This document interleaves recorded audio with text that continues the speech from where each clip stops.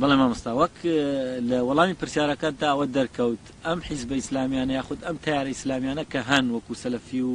ئەوانی دیکە کوفرانە بە تاغوت ناکەن ئیسلامەکەش وەکو خۆی ناناسیێنن ئایا زەرورەتی ئەمانە چییە یاخود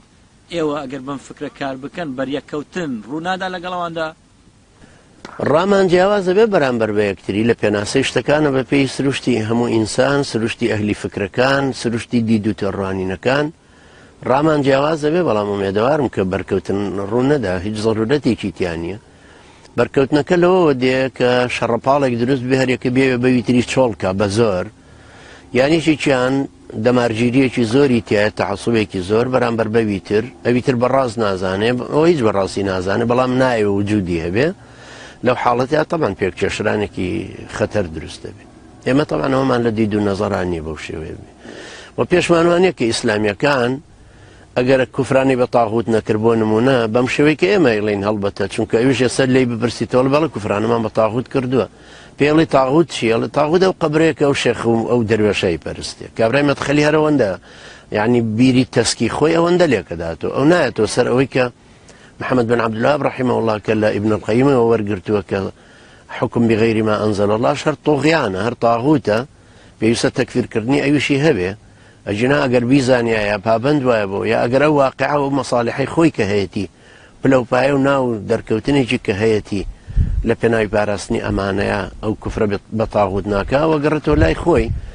بلام خنابه وش فراموش كين ك کابرای مەدخەلی کە ئەم نقطەی نەکردووە خەڵکێکی تریشی جێڕاوەتەوە بۆ مزگەوت لە ئەهلی شەراب و زینا و داوێن پیسی و خراپەکاری و لە نەزانی ئیسلامەتێکەوەی هێناونێتی بۆ مزگەوت یعنی ئەو سیمایی کە ئیبینی کابرا سەلەفیەکی شڵواڵ کورتە یان ڕیشی هێشتۆتەوە پابەندە بە سونەتیشەوە عیبادەتەکانێکە مزگەوتەکانیان پڕن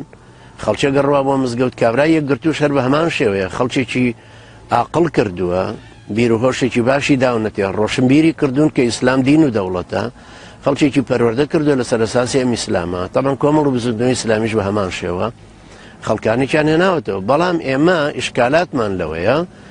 کە ئەمان قیاسەکەینەوە بە داعوەی پێغەمبەران بۆیە وا ئەزانین ئەمان ئینحرافیان لە هەندێک لایەنی دینەکە کردو کەژڵین ئینحرافیان لە هەندێک لایەن کردو معناوانەیە لە دینەکە چوونەتە دەرەوە و ئێمە پێشمانەوە ئەوانە هەمویان ئەهلی ئیسلام ماون و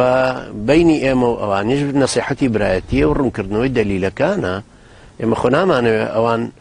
بڕمێنین بۆی خۆمان بیناکەین لەسەر ئەساسی ئەوانە ئەوە شتێکی زۆر غەڵەتە چونکە کابرای مەدخەلی واکە مەدخەلیەکە ئێوێ بۆ ئەوەش دروستەکەن بۆ ئەوش تەشجیعیەکەن کە فکری سیاسی ئیسلامیان ئیسلامی سیاسی وەکو ئەڵێن تەضعیف بکە بۆی خۆی بێتە پێش بەهەرحاڵ ئێمە باوەڕمان بەوە نییە خەڵک بڕمێنین و ئێمە لەسەر کەلاوەکەی ئەو خانی خۆمان دروست بکەین و هەمومان وجودمان هەبێ هەموو ئەوانەی کە لەگەڵمان هاوکارن ئێستا ناکاتە لە 130 گەنجی کوردستان لە 170 تری پێویستە ئیشی لەسەر بکرێ لە جاتیەوەی بڕوا بەرەو کوفر و ئیلحاد و عەلمانیەت و لادینی بێتەوە بەرەو ئیسلامەکە بێتەوە بەرەو هەر کەسێکمان کابرا ئەبێ بە سۆفیەک هەر قبوڵمانە بێ بە سەلەفیەکیش هەر ئێمە قبوڵمانە ئێمە بەنسبەتی ڕەوتەکە و هیچ ئیشکالاتێک نابینین هەردوو لایەن پێویستیان بە ڕاستکردنەوە هەیە بە دەلیلەکان هەیە و ڕاستکردنەوەش هەر بێ بە دەلیلی شەرعی بێ والله ئەعلەم